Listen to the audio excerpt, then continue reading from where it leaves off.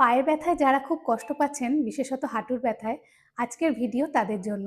খুব সহজ, আপনি ম্যাটে বসে প্র্যাকটিস করতে পারেন। যদি মেঝেতে বসতে আপনার কষ্ট হয়, আপনি এটা বিছানায় বসেও ইজিলি প্র্যাকটিস করতে পারেন। আসুন শুরু করি। এর জন্য আপনি পা ছড়িয়ে বসবেন,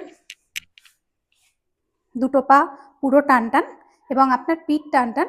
আপনি পিঠ সোজা রাখার জন্য দুটো হাতকে পাশে রেখে সাপোর্ট নিতে পারেন।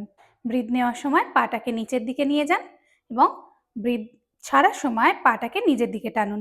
এইভাবে আপনি 10 বার প্র্যাকটিস করুন।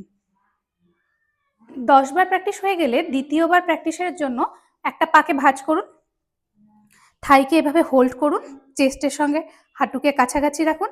ব্রিথ নেওয়ার সময় পা উপরে তুলুন, ব্রিথ আউট করার সময় পা down. Breathe in up and breathe out down. এটাও আপনি 10 বার করুন। এক পায়ে 10 বার হয়ে গেলে পা পাল্টে অন্য পায়েও সেম 10 বার প্র্যাকটিস করুন।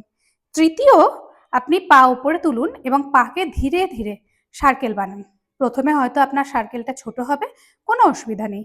আস্তে আস্তে আপনার অভ্যেসের সঙ্গে সার্কেল বড় হতে শুরু করবে। 5 বার ক্লকওয়াইজ করার পর তারপর পরবর্তী 5 বার আপনি অ্যান্টি ক্লকওয়াইজ প্র্যাকটিস করুন।